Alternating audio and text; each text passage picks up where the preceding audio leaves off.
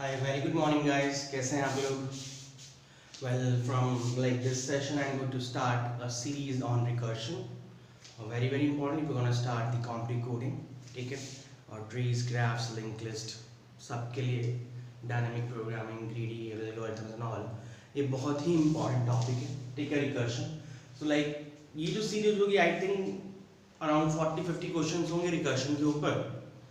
उसके अलावा तो बाद में कुछ करने की जरूरत नहीं पड़ेगी और it will cover entire past 20 साल में जितने भी क्वेश्चंस गेट में आए हैं सब कुछ कंसेप्ट्स यहाँ पे कवर होने वाले हैं और बहुत ही इंपॉर्टेंट है right. So let's start focus on this series recursion and request to guys starting से लेके एंड तक पूरा वॉच कर. ऐसे मत हो कि यार रैंडमली कोई भी क्वेश्चन उठा लिया उसको सॉल्व करना स्टार्ट कर दिया ये जाने बगैर कि इसके पीछे के कंसेप्ट क्या है. तो from first till the last and watch till the end. ठीक है. और अगर अच्छा लगे तभी सब्सक्राइब करना, लाइक करना, शेयर करना and please don't forget to press the bell icon. और अगर नहीं अच्छा लगे तो डिसलाइक भी कर सकते हो, अनसब्सक्राइब भी कर सकते हो. ठीक है. तो चलो let's start this amazing question on recursion. Okay fine. So given this tree like this is my binary search tree and the structure of this tree is it consists of info part which contains your data. There is a left pointer which points to the left node, there is a right pointer which points to your right node. ठीक है. इससे पहले मैंने एक series develop करी थी like tree traversal, pre order, post order, right and in order. तो वो एक बार देख लेना, उससे एक बेसिक आइडिया हो जाएगा कि रिकर्शन को कैसे सॉल्व करना है. ठीक है. तो नाउ अगर ये बाइनरी सर्च ट्री है and if I am assuming that the base address starts from 100, ठीक है, और ये मेरा रूट है. ठीक है. तो ये जो स्ट्रक्चर है तीन पार्ट में डिवाइड है. This part is your info, it contains data. ठीक है. ये वाला पार्ट राइट है, it contains the address of right node. ये वाला पार्ट लेफ्ट है, it contains the address of left node.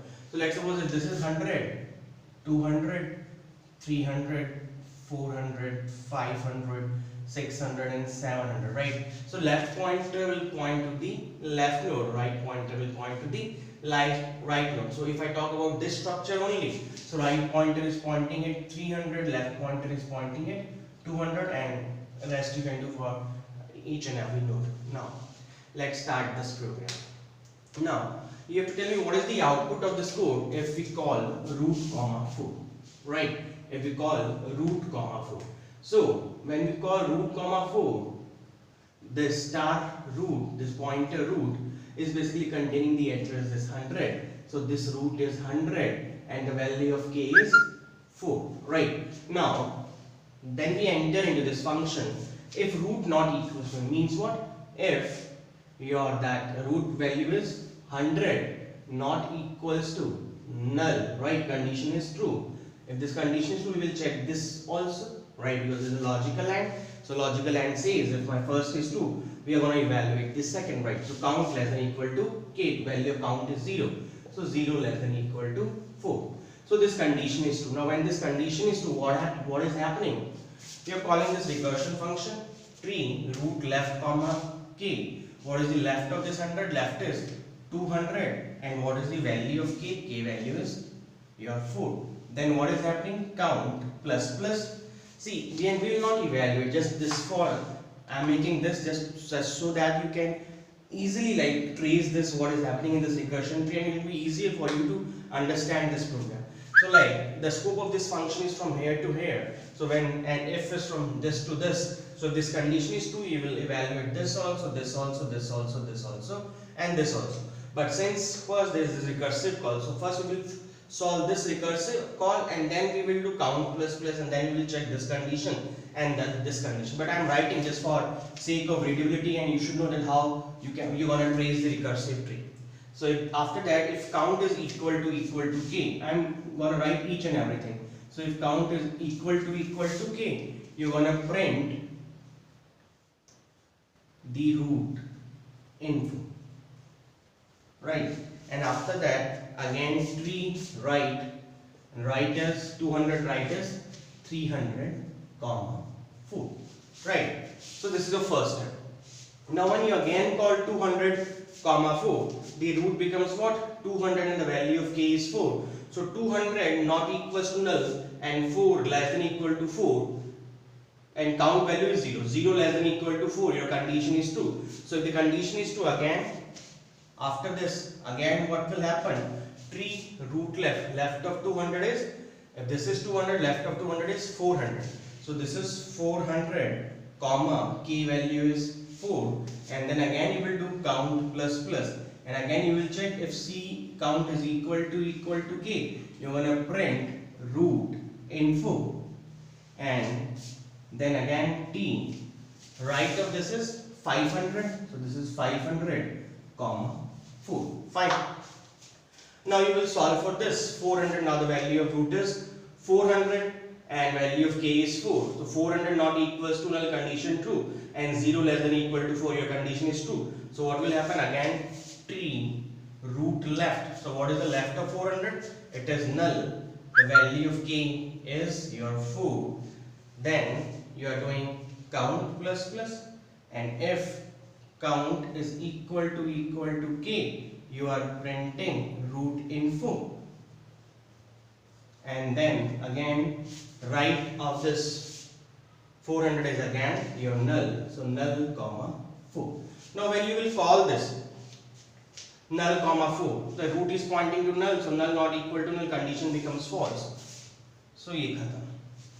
उसके बाद तुमने किया काउंट प्लस प्लस, काउंट की वैल्यू क्या थी? 0 थी, तो यहाँ पे काउंट कितना हो गया? 1 हो गया. Right guys? Now 1 equals to 4, ये कंडीशन क्या हो गई? फॉल्स. तो प्रिंटर भी इवैल्यूएट नहीं हुआ. राइट? उसके बाद मैं इधर मूव किया t null comma 4, ये भी कंडीशन फॉल्स हो गई. राइट? तो आपने पहले इसको सॉल्व किया, then you solve this, then this and then this. तो काउंट की वैल्यू इंक्रीमेंट होगी, कितनी होगी? 1. तो इस फंक्शन का काम पूरा हुआ. ठीक है, इस फंक्शन का काम पूरा हुआ. तो यहाँ से मेरे को काउंट की वैल्यू कितनी मिली? 1. और जब ये काउंट प्लस प्लस हुआ तो यहाँ पे काउंट की वैल्यू कितनी हो गई? 2. देखो c plus plus 0 plus plus हुआ 1, ये 1 प्लस प्लस हुआ. जब ये 1, अगर तुम अब इसको एग्जैक्ट सॉल्व करना है तो मान लो ये 0 प्लस प्लस है, इस c पे आया कितना हो गया? ये 1 प्लस प्लस हो गया. अब यहाँ से मैं जब यहाँ पे जंप किया तो c की वैल्यू हुई 2 इज इक्वल टू 4, ये भी कंडीशन हो गई false.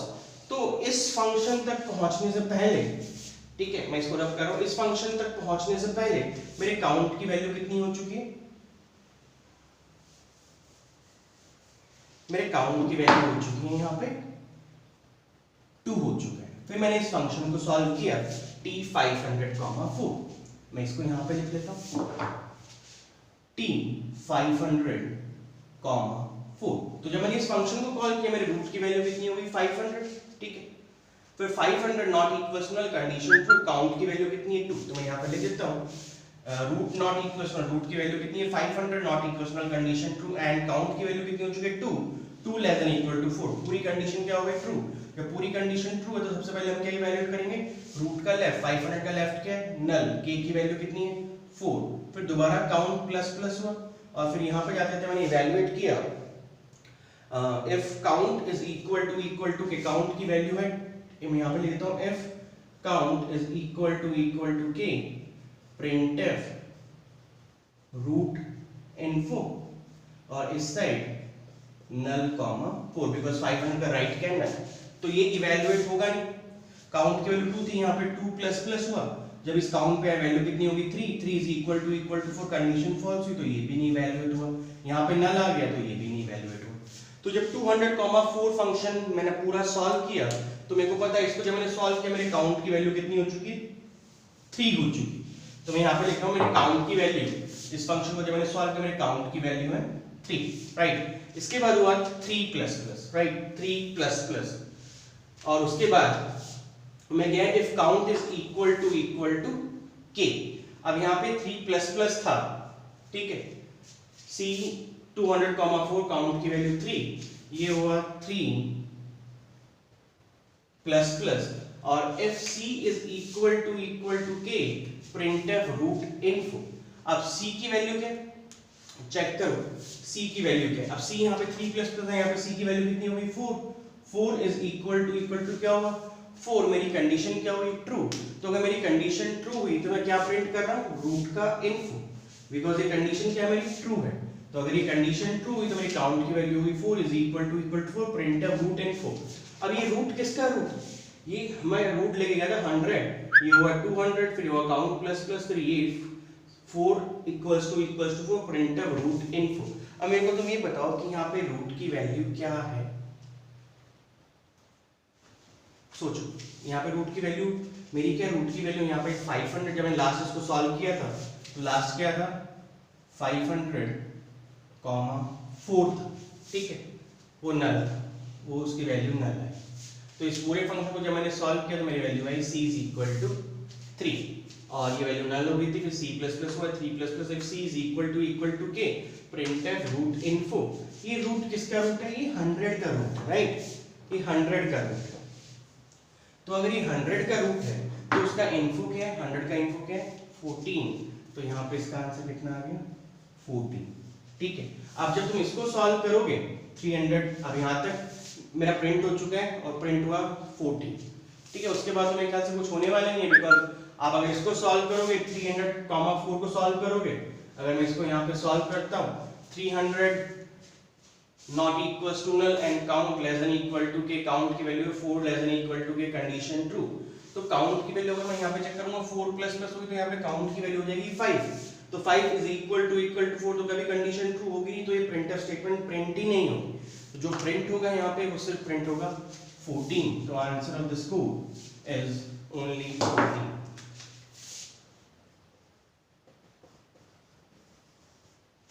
Right guys, so thank you so much, take care। I know it's pretty amazing, तो like ये बस को देखना स्टेप बाय स्टेप कैसे किया है, ठीक है।